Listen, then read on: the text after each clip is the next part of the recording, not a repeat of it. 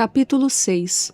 Como as três virtudes teologais devem aperfeiçoar as três potências da alma, produzindo nelas vazio e trevas. Devendo falar do modo de introduzir as três potências da alma, entendimento, memória e vontade, na noite espiritual, a fim de alcançar a união divina, é necessário primeiramente demonstrar aqui o seguinte: as três virtudes teologais, fé, esperança e caridade, que se relacionam às ditas três potências como próprios objetos sobrenaturais, servindo de meio para a alma se unir com Deus segundo suas mesmas potências, produzem em cada uma destas vazio e obscuridade. A fé age assim no entendimento, a esperança na memória e a caridade na vontade. Veremos sucessivamente como o entendimento se aperfeiçoa nas trevas da fé, a memória no vazio da esperança e, afinal, como a vontade há de sepultar-se na privação de todo o afeto para chegar à união divina.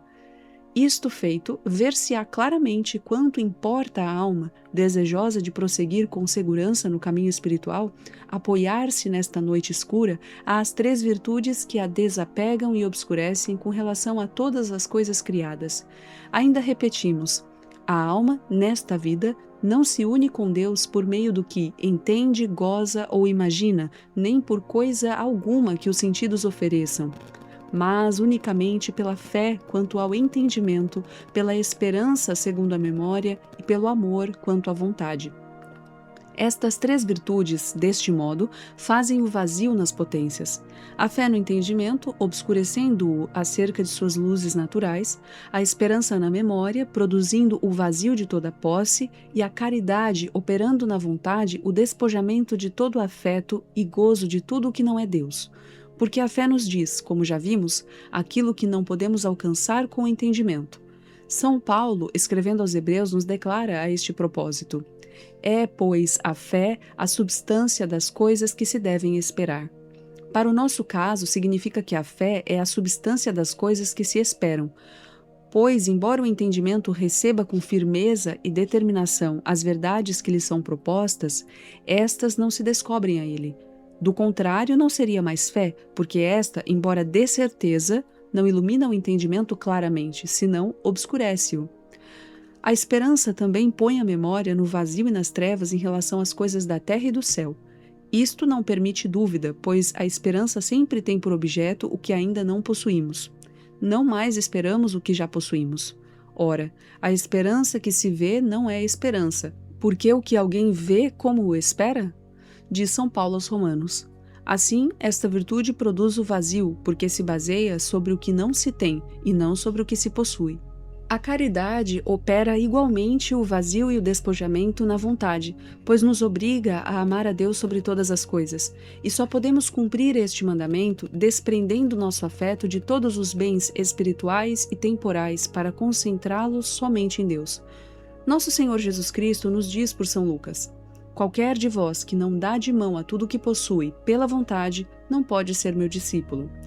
Isto, em resumo, mostra que as três virtudes teologais colocam a alma nas trevas e no vazio absoluto.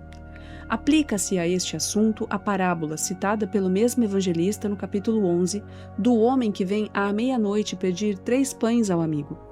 Esses pães simbolizam as três virtudes teologais. Em verdade, é no meio da noite que nós as adquirimos, ou seja, a perfeição das três virtudes é conseguida quando as potências da alma estão na obscuridade. Lemos no capítulo 6 de Isaías que os 2 serafins vistos pelo profeta de cada lado do trono de Deus tinham cada um 6 asas. 2 delas serviam para lhes cobrir os pés, o que significa a abnegação e a desnudez da vontade acerca de todas as coisas. Com 2 outras asas cobriam as faces, o que figura as trevas do entendimento em presença de Deus. Serviam-se das 2 últimas para voar. Eis a imagem da esperança que deve voar as coisas que não se possuem, pairando acima de tudo que se pode possuir, na terra ou no céu, fora de Deus. Devemos, pois, levar as três potências da alma às três virtudes teologais, de modo a ser cada potência informada pela virtude que lhe é correspondente, despojando-a e pondo-a no vazio de tudo quanto não se refira às mesmas três virtudes. É esta a noite espiritual que chamamos ativa, por causa das diligências empregadas da parte da alma para nela entrar.